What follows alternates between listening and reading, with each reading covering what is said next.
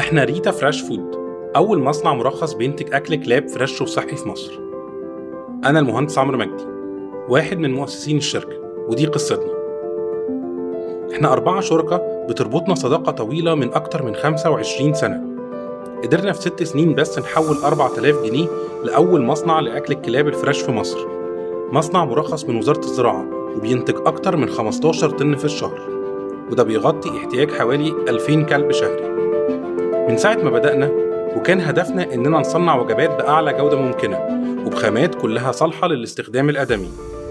ولأننا مقتنعين إن كل كلب من حقه إنه ياكل أكل صحي بجد، عملنا وجبات مناسبة لكل الأعمار. ولأن حلمنا الكبير لسه مكمل، بنحاول نكبر من قدرتنا الإنتاجية ونتوسع في قطاعات جديدة في السوق المصري، وبنسعى إننا ندخل الأسواق العربية من خلال التصدير.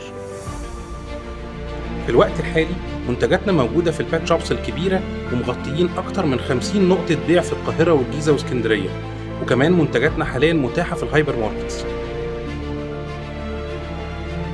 كل اللي حققناه ده ما كانش حظ ولا صدفة، ده نتاج إيماننا بحلمنا وتمسكنا بيه، وده اللي خلانا نشتغل على نفسنا ونتعلم بيزنس بجد ونفهم يعني إيه إدارة أعمال. مرينا بتجارب كتير وقف جنبنا فيها ناس كتير خبراتهم أعلى مننا وساعدونا بكل حب.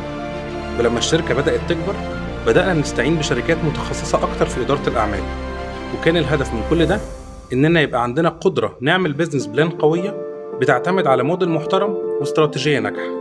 قرار إننا ندخل استثمار جديد معانا مش وليد اللحظة، ده قرار بندرسه بقالنا فترة طويلة عشان نحدد المحطات الجديدة اللي عايزين نوصل ليها بمساعدة الاستثمار ده، ومتأكدين إننا بالتعاون مع الشاركس نقدر نوصل لده.